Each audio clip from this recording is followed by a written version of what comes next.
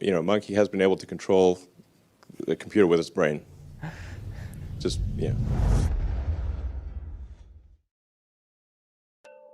So your brain is composed of neurons. Neurons connect together and form a network that can talk to each other through synapses. They're the connection points between neurons, and they communicate using chemical signals, known as neurotransmitters. All of your senses, everything you experience in life, it's all just neurons firing, electrical signals, or otherwise known as action potentials. When neuron spikes occur, these neurotransmitters are released. Information is then relayed across its synapses and eventually reaches another neuron. Now multiply this process by 100 billion and that's your brain in a nutshell. Electrodes are the way that Neuralink and other medical practices study your brain activity. By placing these electrodes close to neurons, the action potentials that create electric fields inside your brain can be detected and transferred to a machine that records and measures the data. Neuralink plans to use this to its advantage. Your brain has two main systems, your limbic system and your cortex. These two are in a relationship with each other. Your limbic system is responsible for your basic emotions, your survival instinct. Your cortex is responsible for your problem-solving skills, your critical thinking. It's where your consciousness exists. Neuralink is aiming to create a third layer to this. The implants would be a third wheel in this relationship, but would increase our capabilities by multiple orders of magnitude. They plan to increase the number of neurons that you can access regularly, that you can use to remember things or regain access to certain parts of your brain that may no longer be active. This is extremely useful for medical patients, some of which who had absolutely zero options up until Neuralink became a reality. The goal is to make this one of the most simple procedures there is, similar to people getting LASIK to improve their vision. But why do we even need this in the first place? Well, in most cases, it's a bandwidth issue. Now many people hear this but don't exactly understand what that means. It's a speed problem, it's an energy problem. It's how fast you can get information into or out of your brain. If you have something that you want to write down on a computer, you have to type it with your hands, or speak it into a microphone that's probably going to mess it up. If you want to learn something, it could take days, weeks, months, or even years to fully grasp. If we were able to solve this bandwidth issue, we could accomplish exponentially more in less time with much less physical effort. Neuralink cuts out the middleman and allows input and output directly from your brain to whatever you're doing on a machine, or vice versa. It's like going from writing using a quill, to having a pencil, to having a keyboard, to having Siri, to now potentially having nothing but the power of your own brain.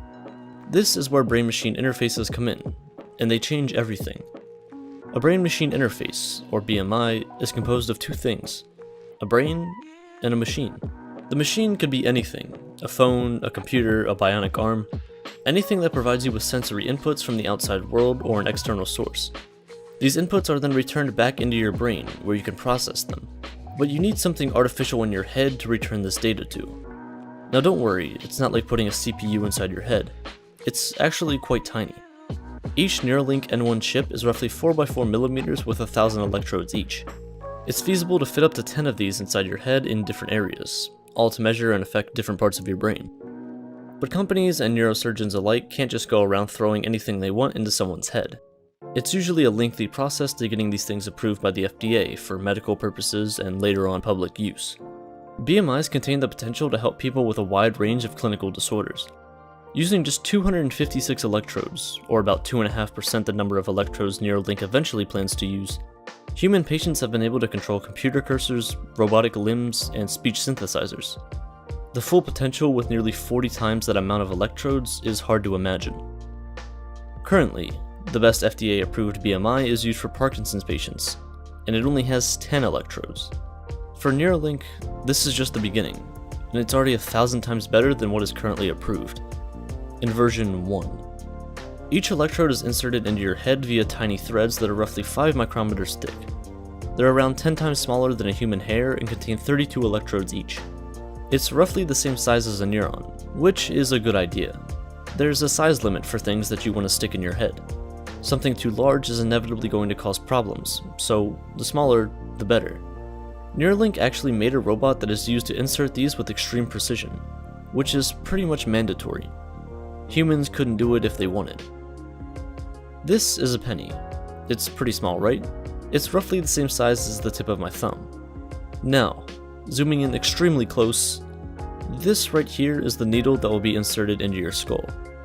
Placing it beside a penny, you actually couldn't see it. As the robot inserts each thread one by one, at the end, there could eventually be up to 10,000 of these electrodes inside your head, each responsible for recording separate neurons which can later on be analyzed. But not only can they read data from your brain, they can also input data as well. It's a two-way street.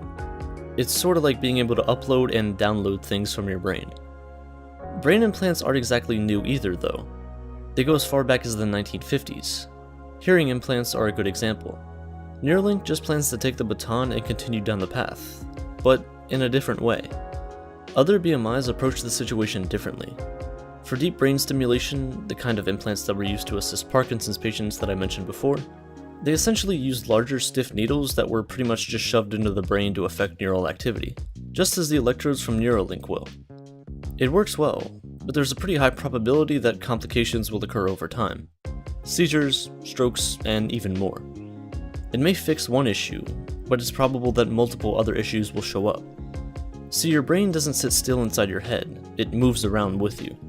Even if you think you're sitting still, your brain moves with each breath, each heartbeat. This is what can cause issues, and is why a robot is needed for Neuralink's procedure to be successful. Neuralink is taking a different approach, and it really isn't even a huge surgery. Your head isn't going to be completely peeled open for these chips to be inserted. Each chip will be inserted into your head through a small incision of 8mm at most, so less than a centimeter. You won't need stitches, you won't need any of that. It's hardly a surgery at all. By the way, those chips that are inserted are completely wireless, as you would probably hope. The craziest thing of all is that you won't need to go to a hospital or random place to hook yourself up to use this interface.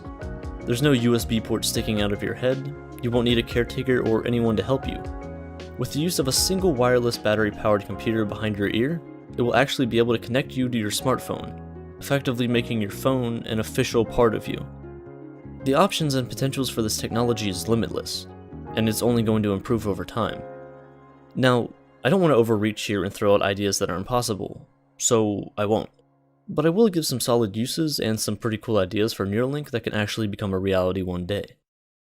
This is my computer. Ironside sent it to me a couple months back, and it is great for everything I need to do. It has a 2080 Ti graphics card, an i9 processor, and 64GB of RAM. I can edit much faster and more efficiently than I was able to before. I can play pretty much any game on ultra settings. But in order to do these things, I need to use my hands. Well, duh. I need to use a mouse and a keyboard to get things done in the way I want, or to move my character in games. But Neuralink may be able to change this. If a patient is able to control an arm with his or her mind, then it's not unfeasible to believe that, one day, you may be able to control characters in video games with your brain as well. Considering it's all Bluetooth, all wireless, it's not too much of a stretch to ask. This, coupled with advancements in virtual reality, will cause video games, and potentially even films, to become almost fully immersive. Let's take an example of where Neuralink technology could be used in a pretty cool yet practical way. Let's say you're about to take a month-long trip to Tokyo. You're an American, and as most Americans, most of us only speak one language. We'll have no clue how to get around any city that doesn't have street signs or directions completely in English. But luckily, Neuralink can help us out here. Imagine there's a Tokyo local who's lived there his entire life. Looking at the action potentials of that particular person, studying their neuron spikes in a region of their brain called the hippocampus, and in which order they occur, you can trace out a path throughout the entire city from when these neurons spike. And once this data is input into your brain, you'll be able to traverse the city like you've lived there your entire life. Telepathy is no longer unrealistic. The electrode implants that detect neural signals wirelessly transmit their data back to the small computer behind your ear. So, the idea of transferring data back and forth between these devices is relatively simple to imagine. And because the electrodes can both read and write data, you could theoretically communicate back and forth between people who also have Neuralink implants. Now at the moment, the technology isn't exactly close to making this happen. Maybe a word or two. But in theory, and with enough improvements, it is possible for high bandwidth communication between two people using nothing but their minds. It may be an aggressive approach, as Elon tends to take, but you can see Neuralink implants in human patients by the end of this year. And once that happens, it's only up from there.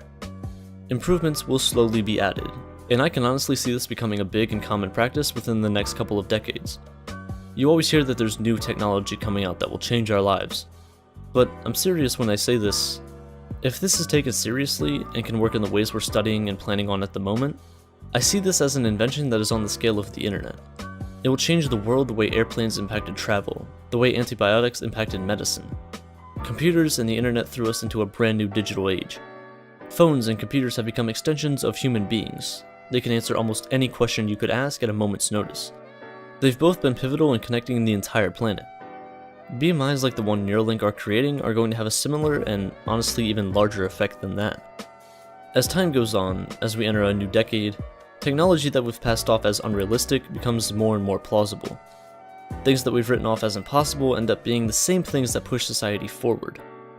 Airplanes, rockets, medicine, all things that used to be seen as wizardry or some voodoo magic, are now things that we use every single day. As Neuralink progresses and gets better and better, its cultural impact will grow larger and larger. Kids being born today will grow up in a world vastly different than the one we're living in today, the same way that we're living through a time vastly different than the previous generations. We will make mistakes along the way. The past shows that pretty well. However, humans overcome, we adapt, and we move forward. If you think we're living in the peak of the digital age, you have no idea what's just around the corner. The date is October 23rd, 1593. The governor of the Philippines had just been assassinated. A few days after setting off on a journey from Manila, his ship and crew were overthrown by Chinese pirates on board. When the news of his assassination reached the Philippines, the government was shocked. In the midst of all this panic, a new governor must be chosen. So, a meeting was held at the governor's palace. While business was taking place inside, guards were stationed around the outside to ensure the safety of everyone. This included many soldiers, including one named Gil Perez. After waiting outside and guarding the palace in the heat for what felt like an eternity, Gil decided to rest for a second. Nothing crazy, he stayed at his post, leaned against a wall, and simply decided to rest his eyes for a mere second. When he opened his eyes, he was in a place he didn't recognize. In literally the blink of an eye, he found himself in an environment that he had no knowledge of. He had no idea how he got there, wherever there was. Regardless, he continued doing his duties, watching out for anything suspicious. Except, he was the suspicion. The local soldiers and citizens began giving Gil weird looks. He was wearing the palace guard's uniform that no one had ever seen before. Gil was just a random soldier in an unknown location. Unknown to him at least. That is, until the truth of the situation was brought to light. Gil Perez was no longer in the Philippines. In what seemed like an instant, he miraculously ended up in a plaza in Mexico City, over 14,000 kilometers away. Today, that distance could be covered in less than 24 hours, but in 1593, this voyage would have taken at least 2 to 3 months. Still shocked, Gil continued to explain his side of the story. He explained that he was a soldier from the Philippines, he explained how the governor had just been assassinated, except, of course, no one believed him. The problem here is, in 1593, it would be months before any news of this would reach Mexico City. He was immediately arrested for desertion and thrown in jail. A few months later, a ship from the Philippines finally arrived, carrying crew members as well as the news of the governor's assassination. And what they found out is that the story Gil provided matched up one-to-one with what the crew members aboard the ship were saying. On top of all that, several of the crew members actually recognized Gil, and were able to even recall the day where he seemingly disappeared from existence. He was set free, and returned to the Philippines to continue life as though nothing had happened. There's no real explanation for this story, it's over 400 years old. Many speculate that something paranormal had taken place, some suggest that he was just a liar. Others suggest that the story never took place and was just made up by someone. Some suggest that it was an alien abduction. But a few suggest teleportation. And that is something that I find very interesting. Teleportation is a common part of science fiction. Characters in video games, movies, and books can travel from one point in the universe to another without ever traversing the space in between. Faster than light travel, instantaneous travel. The implications of wielding a power this strong is unthinkable. But is there more to teleportation than just science fiction? The more we learn about our universe, the more science fiction starts to look like actual science.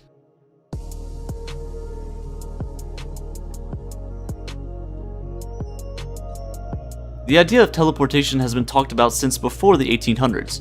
However, it was Charles Fort in 1931 who first coined the phrase. He combined tele, meaning distant, and port, meaning to carry. Decades went by as the idea lay dormant in science fiction. Like, where do you even start with an idea like this? That was until 1993, when physicist Charles Bennett and colleagues proposed something groundbreaking. The quantum state of one particle could be teleported to another particle on the other side of the universe without the particles themselves really moving at all. In other words, information could be transferred across vast distances in space without physically having to move to that point. The team was able to take all the information of a quantum state, destroy it, transmit that information to another location, and then recreate the same exact quantum state as before. But before we dive into all that, let's take a step back. What are quantum particles? These are the particles at the subatomic level, and reality here is different from the reality you may know.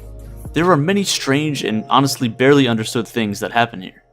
For example, particles can be in two different states at the same time, and until the particle is observed, both states are real and exist. Once observed, a final state is taken, forcing reality to collapse into one. This is known as superposition, and its most famous example comes in the form of a cat, Schrodinger's cat. Put simply, it's a thought experiment. There's a cat inside a box, and some radioactive material that has a 50% chance of decaying, poisoning the cat, and killing it. If the material decays, the cat obviously dies, but if it doesn't, the cat stays alive. From a quantum approach, until the box is opened, we can't know whether or not the material has decayed or not. The cat isn't dead, but it also isn't alive at the same time. Of course, this makes no sense in the real world, but at the quantum level, reality is different. This means that quantum particles can be in multiple states, rotating clockwise and anti-clockwise, at the same time, until an observer forces it to decide a reality, simply by observing it. But, let's say we recreated the experiment, but instead with two cats this time. Now we go from two options, the cat being dead or alive clockwise, to four options, where both cats can be alive or dead, or where one cat's alive and the other is dead, and vice versa. Quantum mechanics gives us a little bit of help here in cutting down these options. It says that there is a system where you can pretty much eliminate the options where both cats have the same outcome, either both alive or both dead. The only ones that matter are the ones that are opposite of each other. Because of this, you can open only one box and have 100% certainty of what is in the other box. But this can only happen when the cats are in a specific state, an entangled state. We now know that quantum particles can talk to one another, but only if they have a certain property to them. This interesting phenomenon in the quantum world is the reason that particles can theoretically be teleported. If they have this special kind of link to one another, they're what we call entangled. Entanglement is caused when two quantum particles are formed at the same instance of time and point in space. Hence, these particles essentially share an existence, and their connection is almost telepathic. They affect each other despite the vast distance between them. Quantum particles have spin. This doesn't mean they're actually spinning, but they have an orientation in space as well as an angular momentum. By measuring the state of one to be spinning up, or in the cat's case alive, it can be directly deduced that the other is dead or spinning down, despite it being on the other side of the room or the other side of the universe. They're linked from birth, and when one is observed, the other one knows exactly when. Einstein called this spooky action at a distance, and there is something fundamentally unsettling about scientific phenomena which are yet not entirely understood. Recently, scientists from China launched a photon receiver satellite into orbit. This satellite can detect quantum states of photons shot to it from the ground. From this, the longest ever distance of quantum entanglement was measured. But more importantly, this was the first time a photon was teleported from Earth into space. This works by transmitting the quantum information about one particle to its entangled pair. Therefore, the second particle would quite literally become the first particle. The research team created 4,000 entangled photon pairs per second. They shot half the pairs 1,400 kilometers up to the satellite, while keeping the other half of the pairs down on Earth. Over the course of 1 month, they sent millions of photon pairs to the satellite, and found success in only 911 cases. 911 out of millions of quantum pairs sounds like a huge failure. But actually, this is a very small but important step in teleportation. As scientists discover how quantum particles are used to make up matter, they could potentially find the keys to understand how to change these particles, in order to fundamentally change the matter itself. rather than simply sending one encoded photon? Could they one day send the exact construction of all the subatomic particles of, let's say, an apple? Perhaps. But with this comes a philosophical question. The teletransportation paradox dates back to 1775. The average cell in your body is, on average, about 10 years old. Some cells get replaced more often, while others, like the carbon-14 in your DNA, never get replaced. So considering most of your cells are not the same as they were when you were born, are you still the same person? If every single atom of a person was taken apart and reconstructed, is the resulting construction still the same person? We humans are simply a machine, where our DNA script tells us how to replace dying cells until either the script or the machine fails. But if this script of how you're constructed is downloaded and correctly transcribed, maybe it could one day be used to create new versions of you on the other side of the universe, effectively teleporting you. Wait, is this even teleportation? You're technically being recreated, as opposed to actual transportation. What about if you wanted to bring your conscience with you? If you wanted to bring the thing that for sure makes you, you? What if simply reconstructing you in another place doesn't cut it? For that, we need another option. One that won't destroy you, but simply relocates you. For that, we need to look at wormholes. In 1935, Albert Einstein and Nathan Rosen showed that, through the use of general relativity, black holes across the universe could theoretically be linked together by a tunnel through spacetime, a wormhole. Einstein's general theory of relativity states that the presence of mass or energy will warp the fabric of spacetime around it. I covered this in more detail in my dark matter video as well as some others, but I'll cover it here as well. A black hole has mass so dense that not even light can escape its strong gravitational pull. Scientists for decades have attempted to take pictures of a black hole. However, this has proven elusive because, well, light cannot escape, and the lack of light makes it essentially invisible, like you're trying to take a picture of nothing. But what about the light that doesn't get sucked in? What about the light that slingshots around the very edge of the black hole? This will make a light ring of sorts around the black hole. And recently, in April 2019, astronomers revealed the first ever image of a black hole. Einstein and his theories were proven right yet again. But what happens inside this hole? When we talk about holes on Earth, it's in the context of 3 dimensions, where someone walking down the road can fall downwards into an uncovered manhole, for example, which is basically a 2-dimensional circle on the ground. But in space, matter can fall into a black hole from all 3 dimensions. Black holes are pretty much 3-dimensional spheres. The shape changes a bit when supermassive black holes rotate at significant portions of the speed of light, but that's not really important. What is important is, where does this hole finish? I tend to think of them as funnel shapes, where a wide event horizon eventually tapers off into one infinitely small point, the singularity. But what if this wasn't the case? What if a singularity wasn't needed? If a link could take place in the bulk to take you to another part of the universe? Here, Einstein and Rosen theorized that the extreme density of mass may be enough to tear space-time fabric itself and connect to another point in space, perhaps to another black hole. Scientists are unsure of what happens or if this is even possible. If it is possible, the chance of it randomly appearing in nature is pretty much zero. The center of a black hole is perhaps the most sought after but yet least understood point in science, math, and nature itself. Here is where the laws of our universe as we know them begin to break. But assuming that wormholes are possible, what's going to hold them open? What will prevent them from collapsing in on themselves, crushing whatever passes through out of existence? Math and nature. Dark energy is the reason why the universe is expanding at such an accelerated pace, and it just might be able to make wormholes much easier to create. Dark energy has an effect that is essentially like the opposite of gravity. Gravity pulls things towards objects with mass, but dark energy is a repulsive force. It has a negative pressure and tends to push. Imagine having a headache where it feels like your head is being squeezed, but instead of the squeezing being inward, it's pushing outwards. If wormholes exist and are capable of bending space-time in such a way to essentially allow teleportation between points of space, there's still many barriers to cross. We would have to figure out how to stop the intense gravitational pull from completely crushing our bodies, or perhaps the wormhole collapsing altogether. We'd have to figure out if a trip through a wormhole is a two-way street. If we go through, are we going to be able to come back? In 1988, physicist Kip Thorne proposed an idea where wormholes may be able to be kept open longer. He suggested that wormholes might be able to be kept open through the use of negative energy.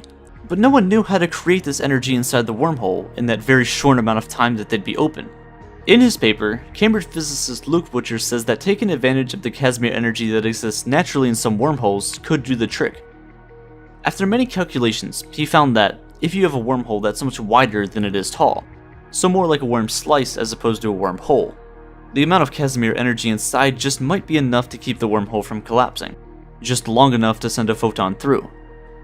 As with most things, the more we learn and figure out how things work, the more we realize that we don't know much of anything. More doors open up, more questions pop up, and not all of them have solutions. As you approach a wormhole, you'd be looking at a portal to another world. If you thought going to the moon or Mars was scary, traversing through a wormhole is essentially a suicide mission. The quantum world is strange and fascinating, as scientists uncover more about the secrets of the universe by studying its most basic levels. There are bound to be breakthroughs and leaps in technology. Teleportation may have been science fiction decades ago, but today, it may just be a point of theoretical discussion in a growing body of study. In the future, we may be reconstructing ourselves through entanglement and using wormholes as portals to explore once unexplorable parts of the universe. All good things come from compound interest. This includes friendships, relationships, finances, science. All of these things start out slow. When you meet someone new, you initially learn only the outermost layer of them as a person. As a kid, you have little to no money. In science, we have our basic fundamental models. But over time, these things build up, and the returns we reap increase as well. You connect deeper and build stronger relationships with people over time. The money you earn compounds over time to make you more money. The basic fundamental models that we have in science are used to discover new ideas, and those ideas help uncover even more ideas, making exponential progress. And that's why it's important to discuss topics like this.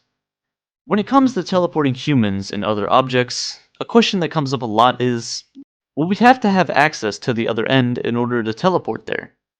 Will we have to somehow reach that place, build a teleporter as a checkpoint of sorts, and continue to leapfrog around to other places, in our case the solar system, and eventually maybe even galaxies?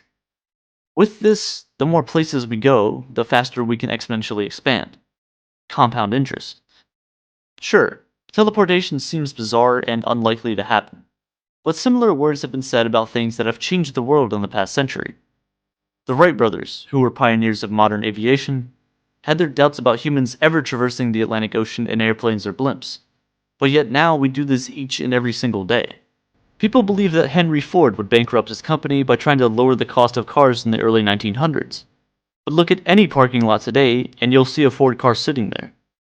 If you were able to ask anyone from 100 years ago, what would life look like in 2019? Not a single one of them would even come close to being correct.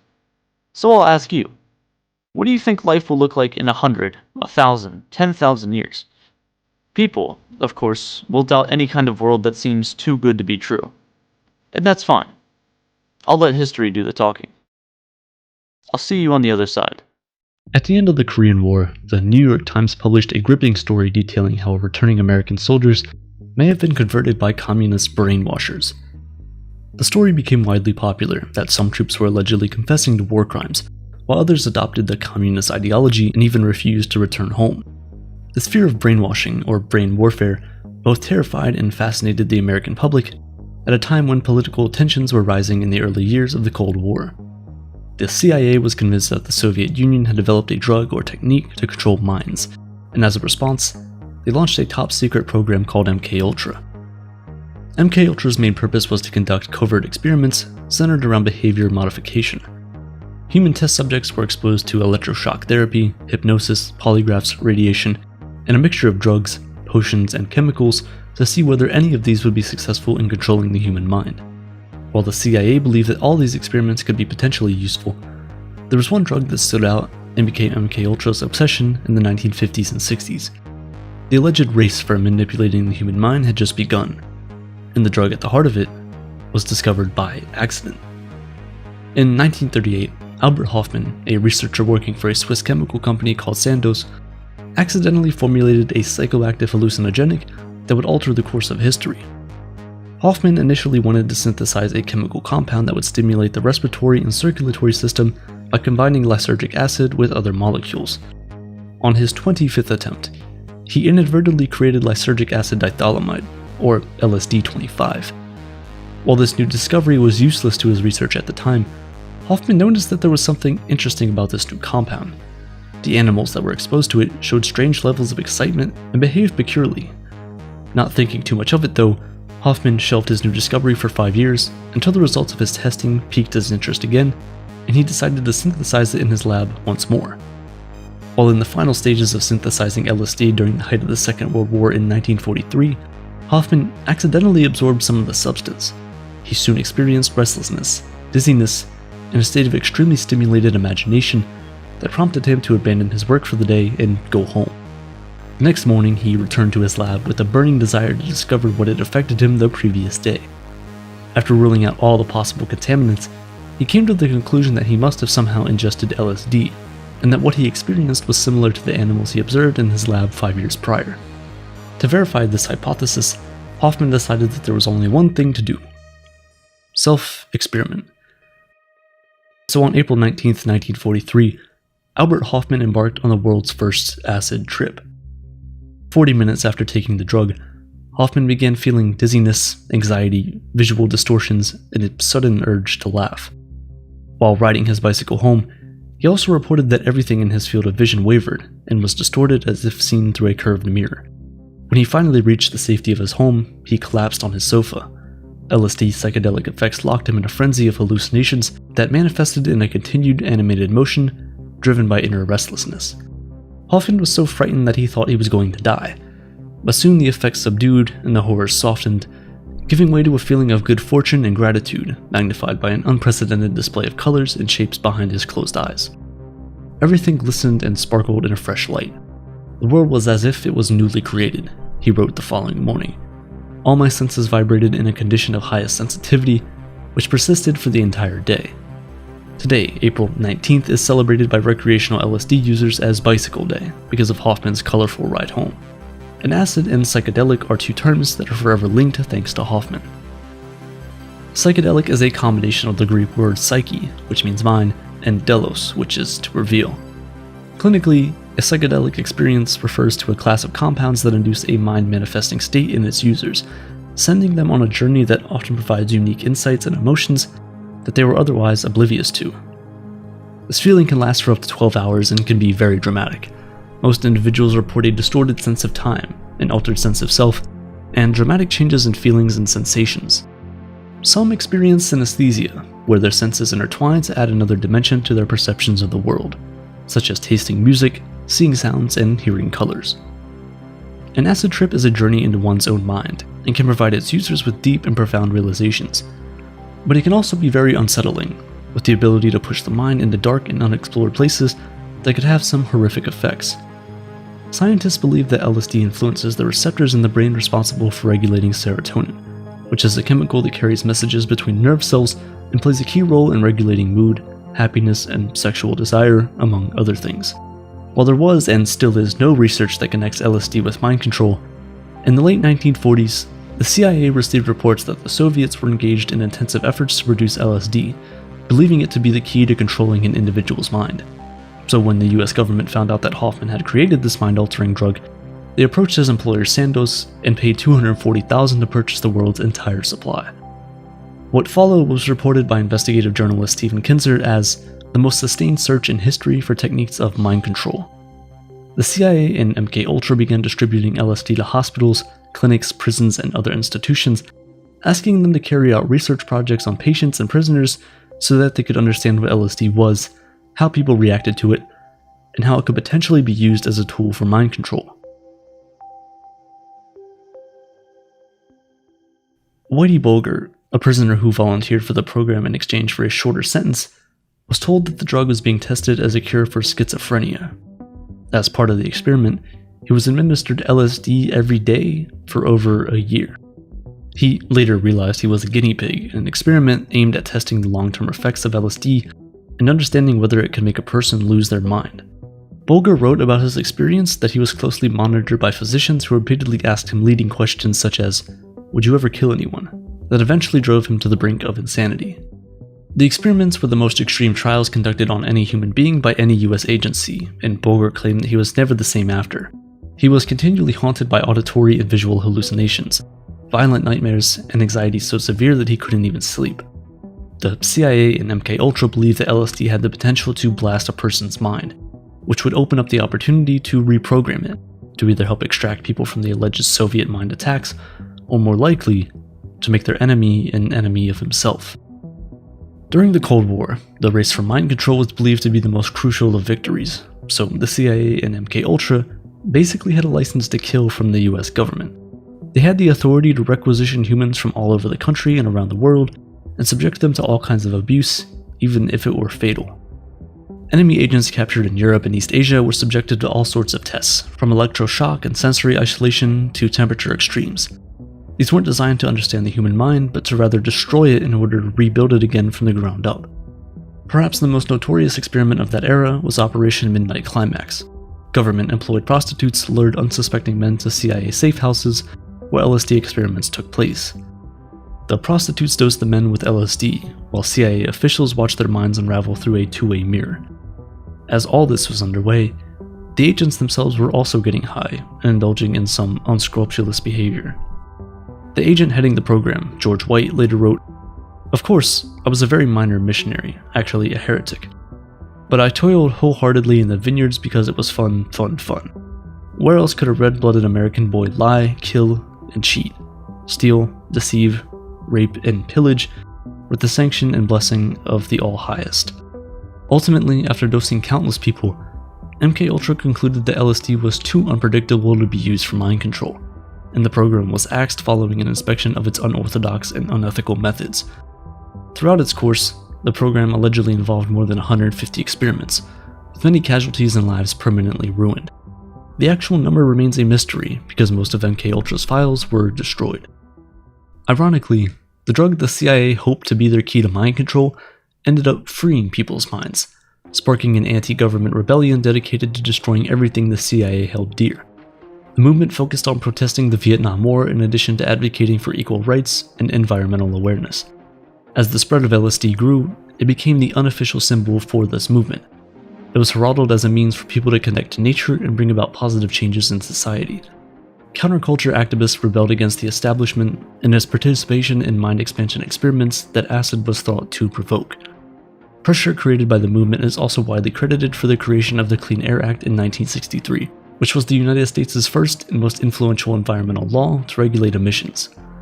It also played a major role in conceiving the first Earth Day in 1970, which helped bring environmental concerns to the forefront of youth culture. Sadly, although the movement sparked a lot of positive change, its overuse of acid, coupled with the US government's war on drugs, divided the nation and eventually hindered the positive experimentation of these hallucinogens. And so, after the US Food and Drug Administration concluded that LSD was the most dangerous drug to have ever been created, possession of the psychedelic was made illegal in 1968. Still, there is no doubt that the counterculture movement at the time wouldn't have prevailed without it, making LSD one of the most influential drugs in human history. More than 80 years after its discovery, LSD is still somewhat of a mystery. The fact that it's illegal in many countries makes it hard for scientists to conduct appropriate research to determine its long-term effects. That being said, the Multidisciplinary Association for Psychedelic Studies, or MAPS, began to conduct basic safety studies, and in 2014, researchers initiated the first scientific studies on human subjects in decades.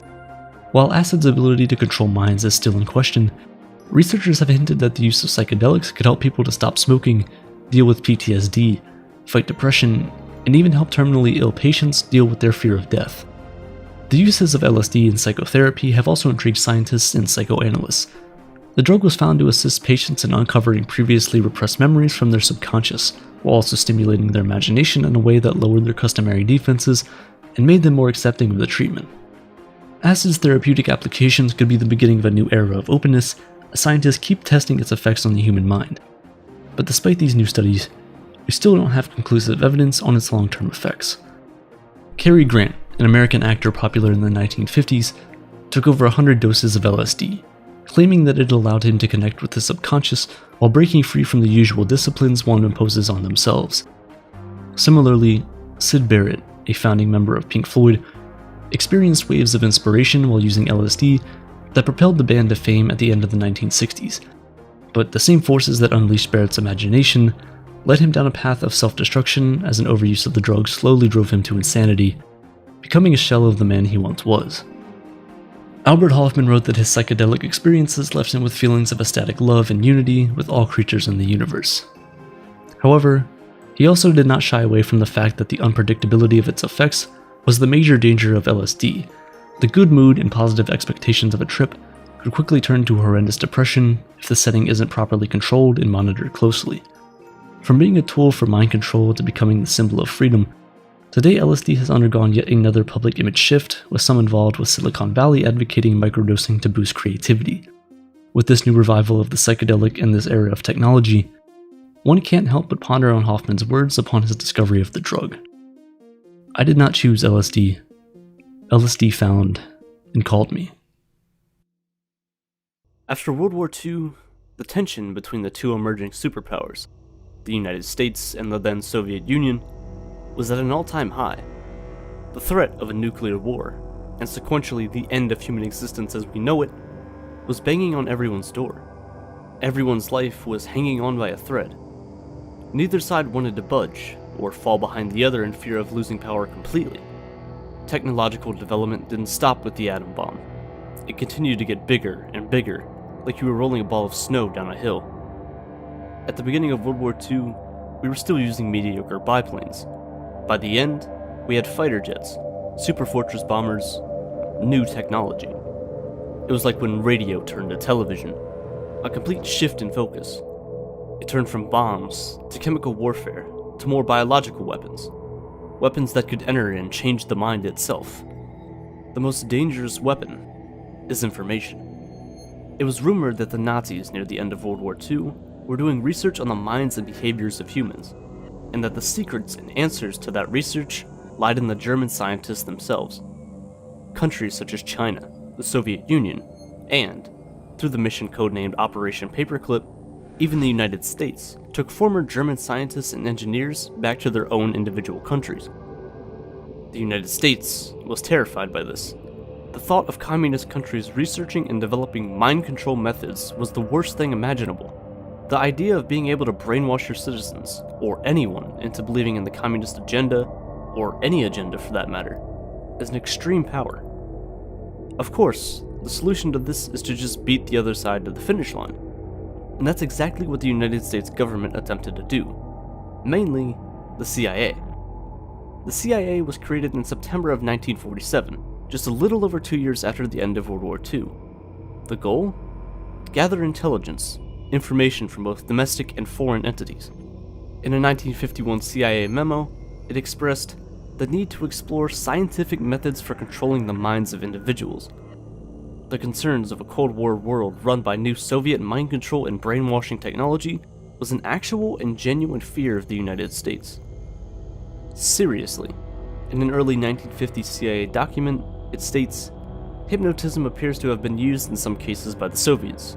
It has the possibilities of lowering resistance against telling the truth, while also being able to induce specific action or behavior in a subject. It is possible for a skilled Russian operator to bring about an interrogation, yet leave the subject with no specific recollection of having been interrogated. The leverage you have for having this kind of power over other humans, whether they be spies, prisoners of war, or even normal citizens, is almost unrivaled." The thing is, this isn't fiction. This isn't some made-up conspiracy theory. There are confirmed facts. In the mid to late 1970s, over 20,000 CIA documents were released regarding the United States' most illegal undertaking.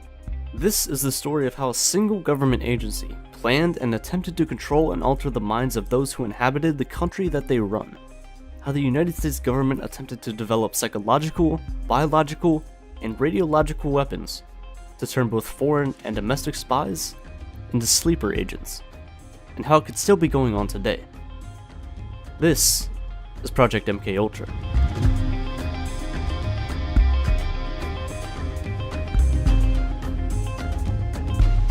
And thus, Project MKUltra was born. But MKUltra wasn't just one single project. Look at it as a web of experiments that were all interconnected with one ultimate goal: control. Project Bluebird, Artichoke, MK Search, and MK Naomi are just to name a few. But it goes much, much further. Although it started earlier, MKUltra was officially signed and begun in 1953 under CIA Director Allen Dulles. It was one of the largest projects ever known. Over 150 subprojects were created and handled by over 80 different institutions, universities, prisons, pharmaceutical companies, all of which you had little to no idea that they were doing work directly for the CIA. However, that didn't stop some of the most creative experiments from taking place. Many of these, as you might imagine, were very illegal. American as well as Canadian citizens were unknowingly and unwillingly tested on. Project Artichoke was a sort of continuation of Project Bluebird. Both of these projects focused on hypnosis in many forms. In a 1975 CIA memo, Artichoke is the study and/or use of special interrogation methods and techniques. These methods have been known to include the use of drugs and chemicals, so-called truth serums, hypnosis, and total isolation, a form of psychological harassment. They were looking for ways to control human behavior. These methods were to be used for several different reasons, some to protect against foreign spies, some more disturbing than others. The goal of the research was best defined in a 1954 CIA memo regarding Project Artichoke. It states, "Can an individual be made to perform an act of attempted assassination involuntarily under the influence of Artichoke?" Artichoke eventually evolved into the more well-known MKUltra, and the sub-projects of MKUltra attempted to find answers to that very question. Sub-Project 68 is perhaps one of the most illegal of these entire sub-projects, but that's not saying much. Both American and Canadian citizens were used as test subjects against their will or knowledge. At the Allen Memorial Institute in Montreal, Dr. Ewan Cameron would lead one of the most twisted projects of the late 1950s and early 1960s. Sub-Project 68 was fully funded by the CIA, who also paid Dr. Cameron $69,000, or in today's world, nearly $600,000 to carry out secret CIA experiments. Dr. Cameron was heavily interested in being able to erase and reprogram the human mind, and the CIA could obviously use that kind of power in many ways. These experiments would become so severe and damaging that patients who came into the hospital for symptoms such as minor anxiety and depression would leave with their minds fried.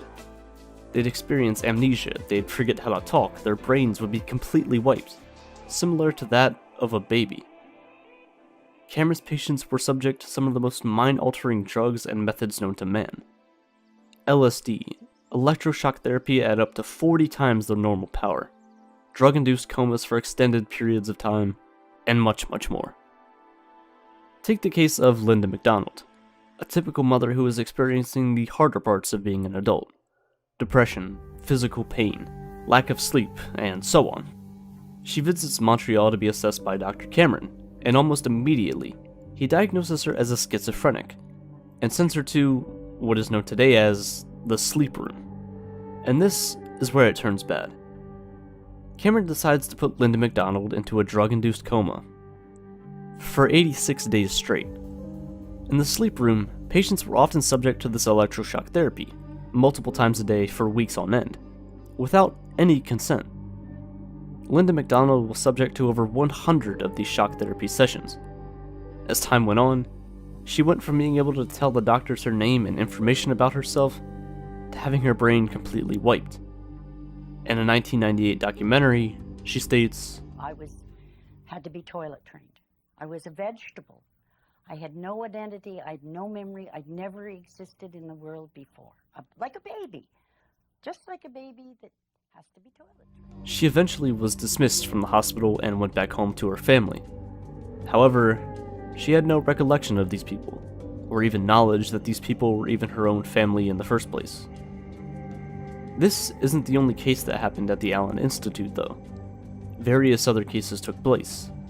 In many cases, patients would be recorded during therapy sessions talking about their families, or other people, or things that would bring them negative thoughts or have negative impacts on their life.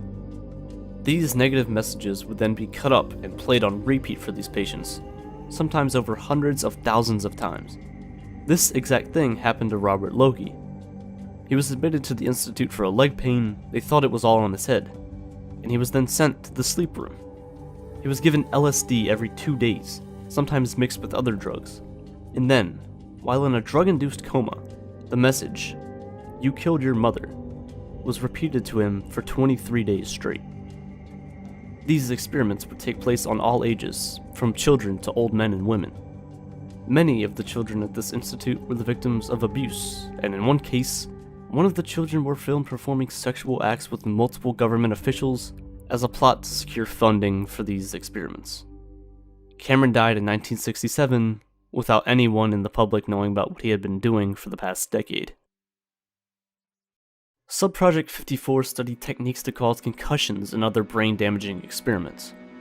It was supposed to be handled by the United States Navy. Why?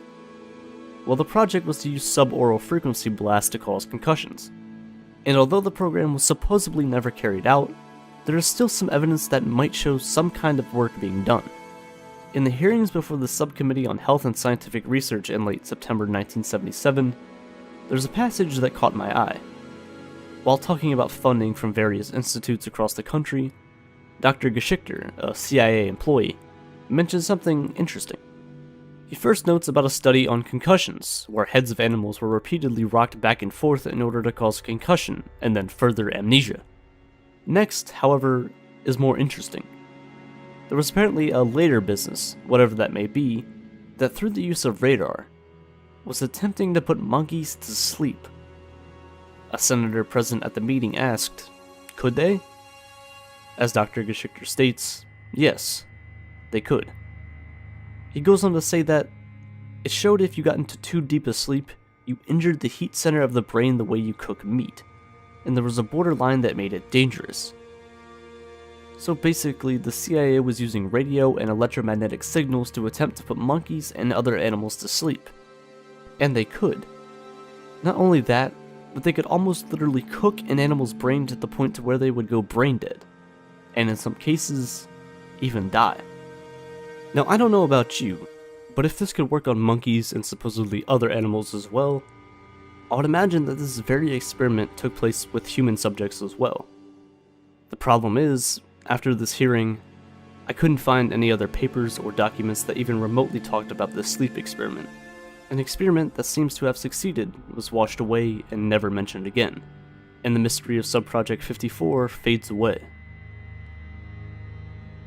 At this point, not much is out of the question when it comes to the lengths that the CIA would go to in order to conduct their experiments. Operation Midnight Climax was kept relatively a secret up until the mid-1970s.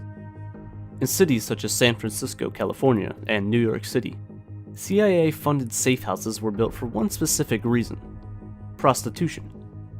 Well, not exactly that, but prostitutes did have a large role in this operation. These safe houses were often hotel rooms, but not just any normal hotel room. They would be equipped with one-way mirrors so that a person on the outside could see through it, but anyone inside couldn't see out. The CIA would often pay prostitutes in these cities a good bit of cash to bring men back to these hotel rooms, so they could be observed. But not normally. After these women would bring men back to the safe house, they would prepare drinks for them. But the women would slyly put LSD in the men's drinks. For hours on end, CIA agents would sit behind these one-way mirrors and observe how the LSD affected these various men, and what kind of information could be extracted from them. These men were never informed or told that they would be taking part in these experiments. There were no doctors present at any of these encounters, just CIA employees sitting back and watching. For the CIA, there's no downside here. They would often pay these prostitutes large sums of money, enough to keep their mouths shut and out of trouble, so no problems would arise there. The men lured back to these hotels were also unlikely to speak out against the things that occurred, and would never know that the CIA was even involved. What are the odds of one of them going to a news outlet, claiming that the CIA drugged them with LSD, and then forced them to follow a prostitute back to a hotel room? Practically zero. It didn't end there. The operation soon expanded, and the CIA began to reach out and dose people in restaurants, bars, and even beaches, all of which took place on American citizens who didn't even have the slightest bit of knowledge that they were being experimented on by their own government. On a foggy Wednesday morning in late November of 1953, a group of United States CIA operatives from Camp Detrick took a weekend getaway to a lake house in Maryland. A a little Thanksgiving retreat, we'll call it. The group contained many people: Frank Olson, an Army scientist turned CIA employee; Vincent Ruitt, a friend and division chief of Olson. They were also accompanied by Sidney Gottlieb, head of the technical service staff at the CIA, his deputy Robert Lashbrook, and a few others. The 3-day getaway was just as normal as any other company getaway can get: jokes, laughs, good food, and much more. The group of men ate dinner, and then afterwards, they did what men do best: drink. 2 bottles of liquor lie on the table, both the same, both indistinguishable from one another. Robert Lashbrook proceeded to pour drinks for 8 out of the 10 men present, but afterwards, he poured himself and Sidney Gottlieb the same drink, but from the other bottle. No one suspected a thing. Besides, liquor is liquor, right?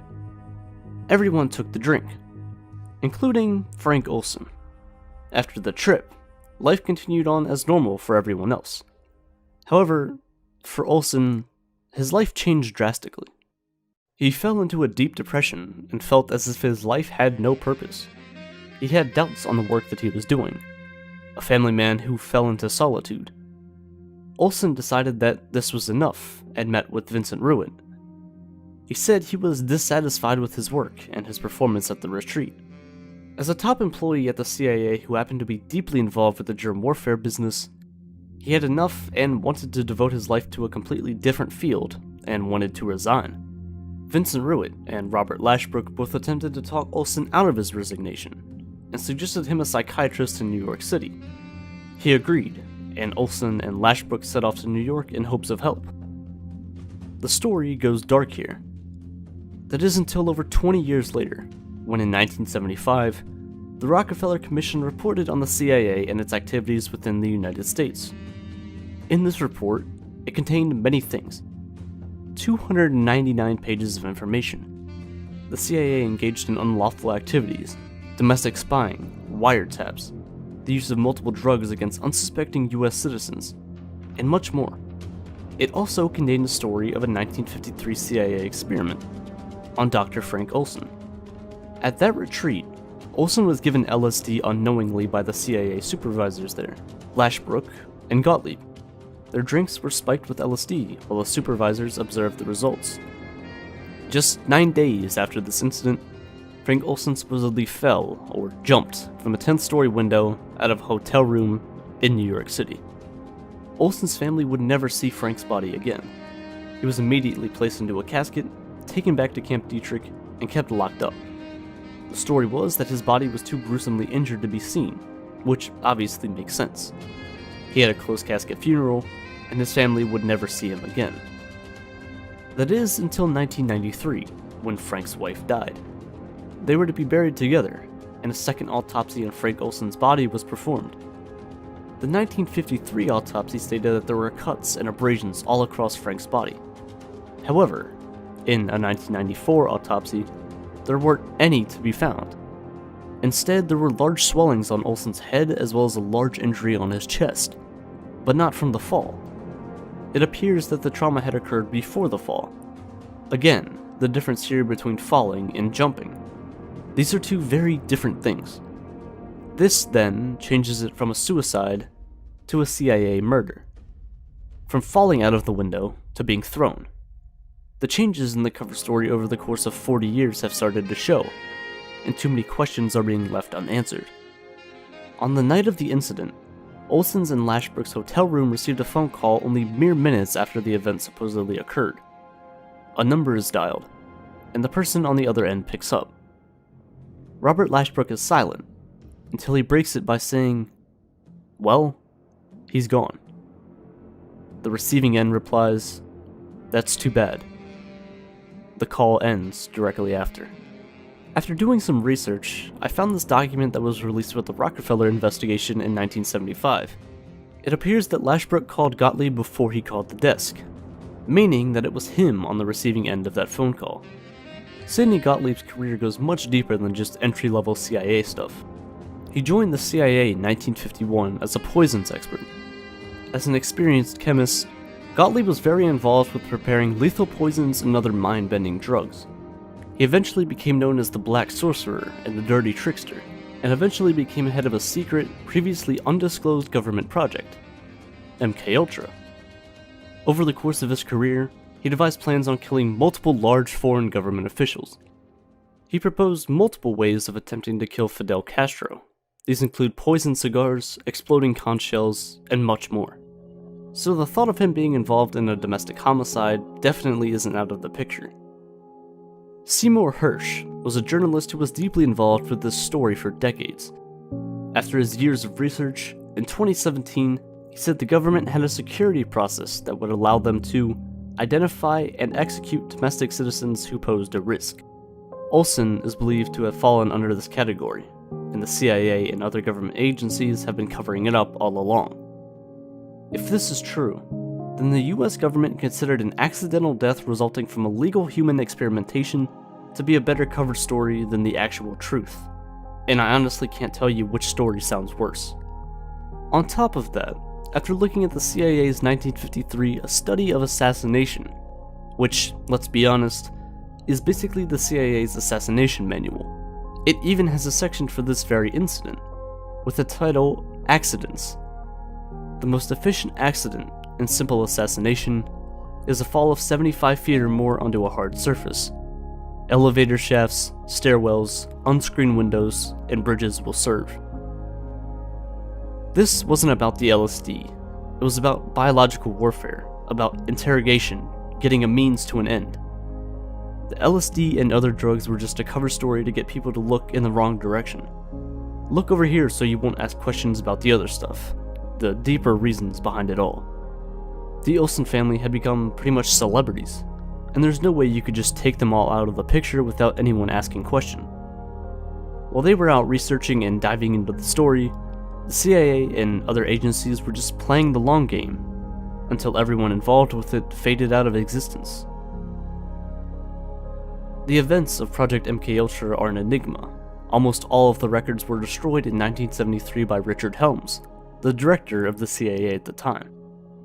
Every bit of information we have today is just a fragment of the entire picture. But from what we have, obvious claims about the ethics of the entire project can be made. However, even the declassified, released documents could just be another cover story. All of those documents, although still pretty disturbing, could just be like the Olson family, a distraction from what was really going on. Also, just like Project Bluebird that turned into Project Artichoke, all they did was reskin the previous project into a new one. It's more than possible, and I think very likely, that the same thing happened here. All of the documents we have today are just the tip of the iceberg, while a much bigger story lies beneath. Many news sources you see will say that MKUltra ended in 1964, but funding continued throughout the 1970s under projects called MK Search and MK Often, which study things that I don't even want to talk about. All I'm saying is, whether you consider it a conspiracy theory or fact, more and more findings seem to keep showing their face. It's entirely possible that these projects never ended, and that the research that dominated the second half of the 20th century still continues on to this very day. This almost 70-year-long deep-rooted mystery may never truly be resolved.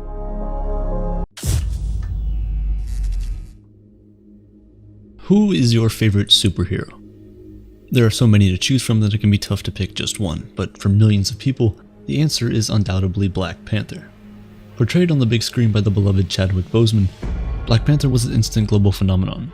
Millions of moviegoers the world over flooded into theaters, some more than once, to escape into the colorful, Afrofuturist nation of Wakanda and watch the daring exploits of King T'Challa. It was, at the time, the most successful solo superhero movie to ever be released, beating out classics like Christopher Nolan's The Dark Knight. Today it remains one of the most celebrated cinematic achievements in the entire Marvel franchise. It's undeniable, we love the King of Wakanda. So much so that I'm sure many of us have found ourselves wishing that both he and the nation of Wakanda were real. How exciting would it be to live in a world where superheroes actually existed, where a rich and powerful African nation possessed technology light years ahead of anything currently available. Sorry to burst your bubble, but the reality would likely be much different than anything depicted in the MCU. We love T'Challa because we see his journey, we go with him from his lowest point when he loses his father, to him becoming king, tracking down a group of international arms dealers, and battling his long-lost cousin, Eric Killmonger, for the heart of his nation. But how would you feel if a foreign king you've never heard of suddenly revealed that he had superhuman abilities? And more than that his country controlled greater technology and more wealth than any other nation on the planet? Would you still love Black Panther then? The question is more complicated than a simple yes or no, especially given the complex issues of race, colonialism, and cultural identity surrounding Wakanda. Black Panther tackled these issues head-on, offering audiences a candid examination of some of history's greatest injustices. The central conflict of the narrative itself deals with the tensions created by the specters of racism and colonization. At the start of the film, the Wakandans are adamant about maintaining their isolationist politics, believing it to be the best way of protecting their nation from the chaos of the outside world. However, this view is challenged by the arrival of Killmonger, who seeks to upend the status quo. After defeating T'Challa in ritual combat and assuming control of the throne, Killmonger delivers a speech to the tribal council in which he recounts the struggles of Black Americans and asks, pointedly, where was Wakanda?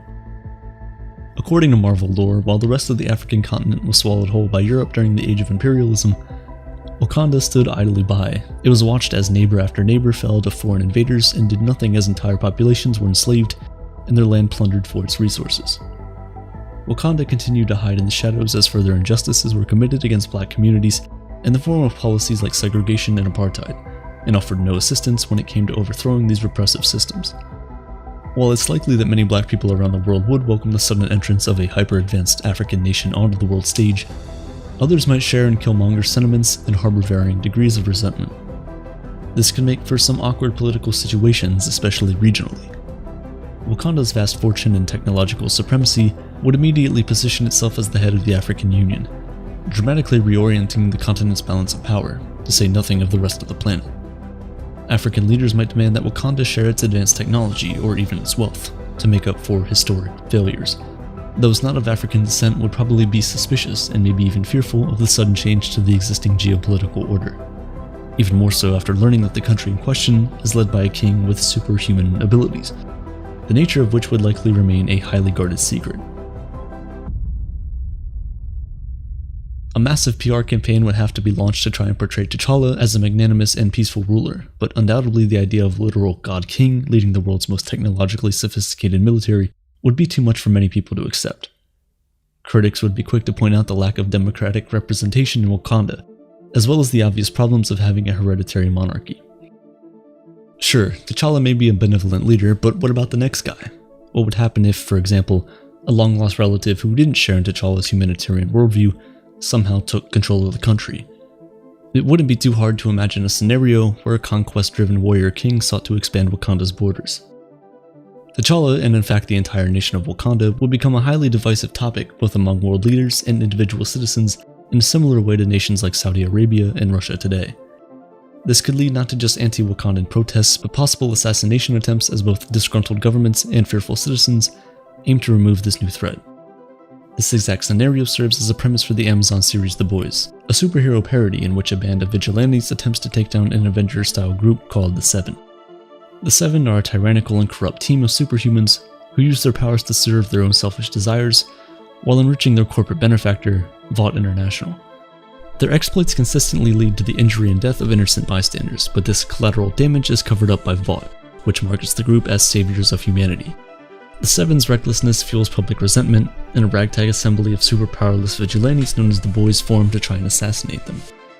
The Boys is representative of a very real fear ordinary citizens have of the ultra-powerful. It's safe to assume that most people would be suspicious of an elite group of individuals with genuine superhuman abilities. It's important to remember that T'Challa isn't alone in the Marvel Universe. There's a whole ensemble of characters ranging from certified good guy Captain America to the genocidal Thanos.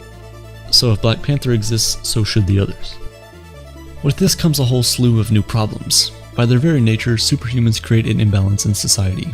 There's them, people capable of flying faster than fighter jets or chucking cars like they were wiffle balls, and then there's the rest of us, barely able to make it through our morning commute. This inequality of ability would lead to widespread feelings of fear and resentment. Chief among people's worries would be the belief that these individuals might use their powers to establish a new social and political order.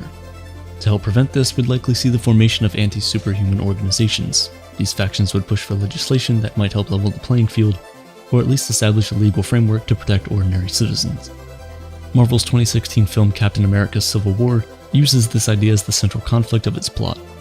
Following the disastrous fallout from Avengers: The Age of Ultron, the United Nations attempts to rein in Captain America, Iron Man, and the rest of the crew in the form of the Sokovia Accords. This legislation places the Avengers family under the control of the UN and effectively ends any form of independent autonomy. This leads to a rift in the group, as half support the independent oversight while the rest believe it to be a potentially dangerous obstruction. The film concludes with the Sokovia Accords still in place and half the team being forced into hiding. Civil War explores the anxiety felt by many people regarding the recent rise of powerful, extra-governmental organizations. What do we do when entities like the Avengers impose their will on a country and its citizens? Who is responsible for the repercussions when the Hulk accidentally takes down an entire skyscraper? It's not a question with easy answers, but the Sokovia Accords are an example of how real-life governments might attempt to create safeguards against potential catastrophes caused by superhumans. It also clearly displays the impulse of international leaders to try and control this power as they would with biological weapons or nuclear technology, which, of course, would not stop merely at legislation. In a world with superheroes, militaries, governments, and even private entities would attempt to either recruit or manufacture armies of their own superpowered soldiers. Entire industries could develop in the rush to create the next Hulk or Captain America. Sadly, the sudden rush for superhuman superiority would trigger a new global arms race as geopolitical rivals seek to fill their ranks with the strongest, smartest, and deadliest individuals that science can create. It would be the Cold War all over again, but this time with superpowers instead of nuclear power. It's honestly a terrifying notion and one that we may soon be forced to contend with. Advances in gene therapy, robotics, and other cutting-edge fields have begun to open the door to a new world of human enhancement. In the next few decades, we may become capable of giving individuals abilities previously reserved for the realm of fiction. Superhero stories may one day be viewed not as far-out fantasies, but instead foretellings of our very own real future. The problem with these kinds of technologies is that they rewrite the rules of what is possible. Societies operate based on the assumption that human beings have certain limitations. If these limitations are surpassed, it'll force us to reevaluate how our civilization functions on a fundamental level. It might benefit us then to try and understand why exactly we're so obsessed with superheroes in the first place. While modern incarnations stem largely from the realm of 20th century science fiction, the idea of powerful champions battling monsters and saving innocents dates back to the very beginning of human history. The Epic of Gilgamesh is one of the oldest surviving pieces of recorded literature, and it's basically a superhero story. It tells of a legendary king with super strength, prophetic abilities, and unparalleled fighting skills who goes on a series of quests that culminate in the search for immortality. Over the course of his adventures, Gilgamesh slays demons, travels to the underworld, and undergoes a series of trials, but ultimately fails in his goal of learning the secrets of eternal life. Though initially despondent, his defeat leads him to accept his human limitations and instead learn what it means to live a good life. The story is a template for the epics that filled ancient literature. Gilgamesh's character provided direct inspiration for the demigod Hercules and heavily influenced the Greek poet Homer, whose work is filled with seemingly superhuman protagonists. These early heroes were created to serve as models of their society's virtues, instilling the values of bravery, fortitude, and honor into citizens. And just like the superheroes of today, these characters weren't perfect. Rather, each had tragic flaws that routinely led to disaster for themselves and those around them. Their strength wasn't in being able to perform astounding feats or slay countless enemies, but in their ability to face their flaws and learn from them. In fact, the archetypal plot structure of these stories, known as the hero's journey, provides a clear formula for personal growth. By leaving a place of comfort, encountering obstacles, and confronting our weaknesses, we're able to change for the better and hopefully return as a more complete version of ourselves. At the end of Black Panther, T'Challa is able to reconcile his political beliefs with that of his cousin. Although he rejects Killmonger's call to wage war against former colonial oppressors, he realizes that Wakanda's period of isolationism must come to an end. Heroes like Black Panther and Gilgamesh serve as role models we're meant to look to for inspiration. They represent the best in us and provide examples of how we might overcome difficulties in our own lives. We love superhero stories because they give us hope that we too are capable of great deeds, and because they serve as a reminder that every single one of us has the ability to change the world. So what if Black Panther was real? We may never know. But what I do know is that you don't need superpowers to be a superhero. Dozens of people throughout history have proven that time and time again. Wakanda forever.